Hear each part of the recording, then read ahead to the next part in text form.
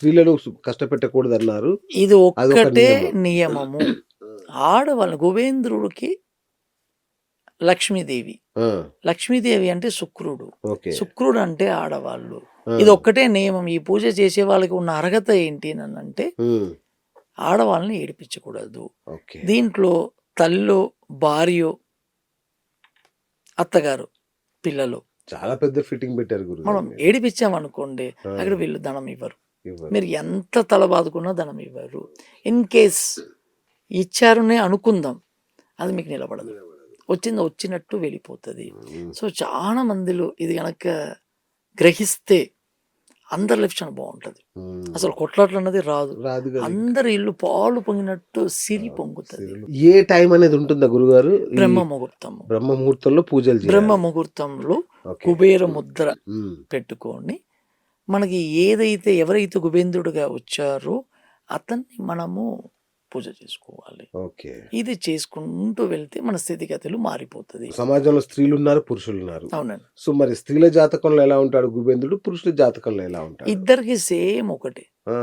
Same ఇదే క్యాల్కులేషనే. Okay. ప్రతి మనిషికి కుబేంద్రుడు ఇచ్చేవాడు ఉన్నాడు. ఆ!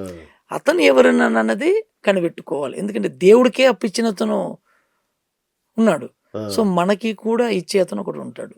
ఓకే. అతన్ని మనం గనక పట్టుకుంటే జాతకం లేని వాళ్ళు, లేదంటే టైమ్ ఆఫ్ బర్త్ తెలియని వాళ్ళు ఇలా ఈ ఈ 6 ఈ శాస్త్రంలో వాటిని నుంచి మనం పట్టుకొని ఆ కనిపెట్టుకోవచ్చు. తర్వాత గుబేంద్రుడిని పట్టుకోవాలి. పట్టుకోవచ్చు. ఓహ్! సో అయ్యో జాతకం లేదు, మాకు అదే అండి, కుబేరుడు ఎవరు, గుబేంద్రుడిని ఎలా పట్టుకోవాలనే మేము ఎలా టెన్షన్. పట్టుకోవాలని బాధపడాల్సిన పని అన్నది లేదు. ఓకే. ఈ ఒక శాస్త్రం మూల్యంగా మనం కుబేంద్రుడిని ఎతికి పట్టుకోవచ్చు. రైట్. జాతకాలు ఉన్న వాళ్ళకి ఆటోమేటిక్గా వచ్చేస్తుంది. అంటే గురుగారు అంబానీ లాంటి వాళ్ళు ఈ గుబేంద్రుడిని ఆల్రెడీ పట్టుకొని ఉంటారంటారా? కంపల్సరీ. తెలుసా వాళ్ళకిది? కంపల్సరీ. ఆ! వాళ్ళ దగ్గర పెద్ద పెద్ద ఆస్ట్రాలజిస్ట్ ఉంటారు. ఓకే. చాలా పెద్ద వాళ్ళు ప్రతి ఒక్క మూమెంట్ చేసుకొని చేస్తారు. హ్మ్. ఇప్పుడు మంచి పాయింట్ మీరు అడిగారు. ఇప్పుడు మోడీ గారు అతనిది వృశ్చిక రాశి, వృశ్చిక ఓకే. లగ్నం. ఆ! అతని నక్షత్రం అనురాధ నక్షత్రం. ఓకే.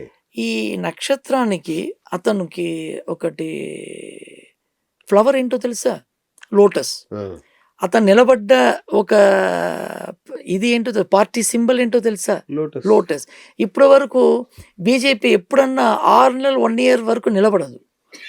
1955 నుంచి అవును. కాన్స్టిట్యూషన్‌లో అవును. అవును. పర్మనెంట్‌గా నిలబడింది లేదు. అవును. ఇతను వచ్చిన తర్వాత కంటిన్యూగా 15 ఇయర్స్ నుంచి అంటే హాట్ ట్రిక్ ఇతను సక్సెస్ చేస్తున్నాడు. దీనికి అప్రతిహత. కారణం ఏంటో తెలుసా? ఈ నక్షత్రానికి ఉన్న సింబల్‌ని యాక్టివేట్ చేస్తున్నాడు. ఓకే. ప్లస్ రెండోది 8దో స్థానం కాలపురుష తత్వానికి అతని లగ్నం 8దో స్థానం. అంటే స్వైప్ చేసేది, దొడ్లు కడిగేది. హ్మ్. ఓకేనండి. మొత్తం క్లీన్ చేయటం. కాలపురుష తత్వానికి వృక్షకం అన్నది క్లీన్ చేయటము. ఓకే. ఇన్సూరెన్సు. ఇది చూడండి అతను ఎలా సక్సెస్ అయ్యున్నాడో చూడండి. స్వచ్ఛ భారత్ అని ఒక స్కీమ్ పెట్టాడు. హ్మ్. చాలా బాగా సక్సెస్ అయింది. అంటే అవును. ప్రతి వాళ్ళు వాళ్ళ ఆఫీస్‌ని వాళ్ళ చోటని క్లీన్ అసలు చేసుకోండి. రోడ్డు మీద వెళ్తూ భయమేస్తది. మనకు ఒక పేపర్ ఎయ్యాలంటే మనిషి అతను జేబులో అయినా స్వచ్ఛ పెట్టుకుంటాము. భారత్ అని మొత్తం క్లీన్ చేసుకుంటూ వచ్చాడు. అవును. అంటే ఇక్కడ లగ్నం వృశ్చిక లగ్నం యాక్టివేట్ అయింది. ఓకే. రెండోది గంగా నదిలు అన్ని నదిని క్లీన్ చేసుకుంటూ వస్తున్నాడు. ఆ! సో ఇక్కడ లగ్నం యాక్టివేట్ అయింది. మూడోది 8దో ఒక ఇది అన్నది ఇన్సూరెన్స్. ఓకే. ఇతను మన భారతదేశ ప్రజలకు అందరికి ఒక ఇన్సూరెన్స్ స్కీమ్ ఇచ్చాడు. మీకు తెలుసా? హ్మ్. హెల్త్ ఇన్సూరెన్స్ స్కీమ్ ఇచ్చాడు ఫ్రీగా. అవునా? 2 తెలీదు. లక్షల వరకు అచ్చచ్చ! వాడుకోవచ్చు. సెంట్రల్ గవర్నమెంటే మీరందరూ నమోదు చేసుకోండి అని చెప్పి మనకి ఒక health insurance scheme central government ఇచ్చింది. ఓకే. మన మోడీ గారు ఇచ్చారు. ఎందుకు ఇచ్చారు హెల్త్ ఇన్సూరెన్సు? ఈ 8దో ఒక లగ్నాన్ని వృశ్చిక లగ్నాన్ని యాక్టివేట్ చేశారు. ఓకే. అందుకే అతను సక్సెస్. అతను ఆ ఒక్క నక్షత్రం ఒక సింబల్ అయిన ఫ్లవర్‌ని అనురాధ నక్షత్రము ఎక్కడ ఉన్నది? మనకి గురువాయూర్‌లో ఉంది. ఆ గురువాయూర్‌లో అతను వెయిట్ టు వెయిట్ తులాభారంలో కూర్చొని అంత వెయిట్ ఫ్లవర్‌ని స్వామివారికి పూజలకి ఇచ్చారు. బా! సో అతని నక్షత్రాన్ని ఈ రకంగా యాక్టివేట్ చేసుకుంటున్నాడు. సో అబ్బబ్బబ్బా! పెద్దవాళ్ళు అందరూ సక్సెస్ అయ్యారనంటే బట్ వాళ్ళు గుబేంద్రుడిని బయట చెప్పరు. చెప్పరు. యెస్. యెస్. సో వీళ్ళు ఈ రకంగా యాక్టివేట్ చేసుకుంటూ ఎళ్ళిపోతూ ఉంటారు. రైట్ గురుగారు. ఇప్పుడు స్టాక్ మార్కెట్ హ్మ్. చాలా మంది కోట్లల్లో నష్టపోతుంటారు. ఈ మంత్రం అంటే ఈ గుబేంద్రుడిని పట్టుకుంటే రికవరీ అవ్వచ్చా? కుబేంద్రుడిని పట్టుకుంటే రికవరీ అవ్వదు. మనం చేసే పనిలలో డెవలప్మెంట్ ఇచ్చి మనకు రప్పిస్తుంది. ఓకే. మనం పని పట్ల చేయకుండా కుబేంద్రుని మంత్రాన్ని జపిస్తూ ఉంటే డబ్బులు రాదు. మీది ఏదైతే మీరు బిజినెస్ చేస్తున్నారో ఆ బిజినెస్ను మీరు కరెక్ట్గా మీరు చేసుకొని వెళ్తూ ఉంటే మీకు అది సక్సెస్ ఇచ్చేస్తుంది.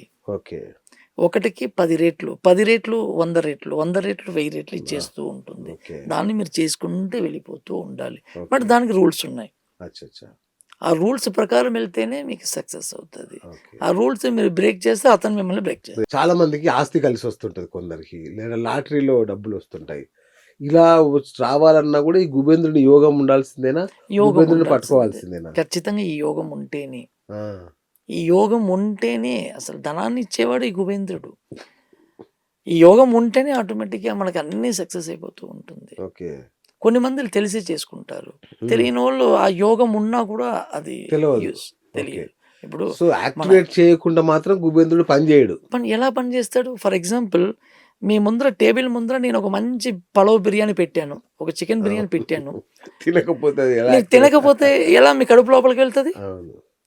తీసుకొని వచ్చి పెట్టే బాధ్యత నేను పెట్టాను. అవును. బట్ మీరు తీసుకొని నోట్లో పెట్టుకుంటేనే అది మీకు ఆహారంగా వెళ్తుంది.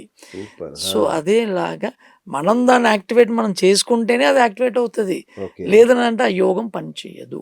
రైట్. ఇప్పుడు కుబేంద్రుని దయ వల్ల మీరు కోట్లు సంపాదించారు అనుకుందాం, సంపాదించారు. సో వాటిని ఇప్పుడు ఏంటి, ఖర్చు చేస్తారా, దాచుకుంటారా? లేదండి, నాకు ఒక ఆశ ఏంటినంటే నా కరుణనాథుడి గుడి కట్టాలి, వరాహి టెంపుల్ కట్టాలి. సో నా స్థలము దాదాపు ₹1,00,00,000 విలువైన స్థలాన్ని ఆవిడకి దాంట్లో గుడి కడుతున్నాను. సో ఆ గుడిలో చేసే పూజలకి, అక్కడికి వచ్చి పూజ చేసే వాళ్ళకి కష్టం అనేదే ఉండకూడదు, రాకూడదు. ఎటువంటి ప్రాబ్లం అయినా సాల్వ్ అయిపోవాలి. మనకి దేవుడిచ్చిన ఒక శక్తి అందరి తలరాతలు మార్చాలన్న సంకల్పంతో ఒక స్ట్రాంగ్గా కూర్చొని ఉన్నాను. ఎందుకు మారదు? సో నా దగ్గర ఇప్పటివరకు చేసుకున్న వాళ్ళు చాలా మంది, సార్ చాలా బాగుంది, మాకు రిజల్ట్ వస్తుంది, నాకు ఇలా జరిగింది అని వాళ్ళు నాతో షేర్ చేసుకునేటప్పుడు నాకు ఇంకా బాగా, సో ఇన్ని మందిలకి మారేటప్పుడు ఇంకా అందరికి మార్చొచ్చు అని ఒక సంకల్పం పెట్టుకొని గుడి పనులు స్టార్ట్ చేసుకుంటున్నాం. ఓకే. సో ఆ డబ్బంతా గుడి కోసం మనం గుడి గురించి మనం ఖర్చు పెడుతున్నాం. Hi friends, thank you for watching this video. ఈ వీడియో గనుక మీకు నచ్చినట్లయితే దయచేసి లైక్ చేయండి, షేర్ చేయండి. ముఖ్యంగా మా ఛానల్ 24/7 న్యూస్ టీవీని సబ్స్క్రైబ్ చేసుకోండి. ఆ తర్వాత మీ విలువైన అభిప్రాయాల్ని, మార్పులు, చేర్పులు, కావాల్సిన వీడియో ఏమన్నా ఉంటే మన వీడియో కింద కామెంట్ సెక్షన్లో కామెంట్ రూపంలో తెలియజేయండి. నమస్కారం, సాయిదంచిక మాట్లాడుతున్నాను. ప్లీజ్ సబ్స్క్రైబ్, షేర్, లైక్ చేయండి 24/7 టీవీ ఛానల్. హాయ్ నమస్తే, నేను మీ Sonia Akula. Please subscribe to 24/7 news TV. Hi అండి, అందరికీ నమస్తే, నేను Mankota Prasad. Please do subscribe 24/7 news TV. Political, entertainment and infotainment updates కోసం like, share, subscribe 24/7 news TV.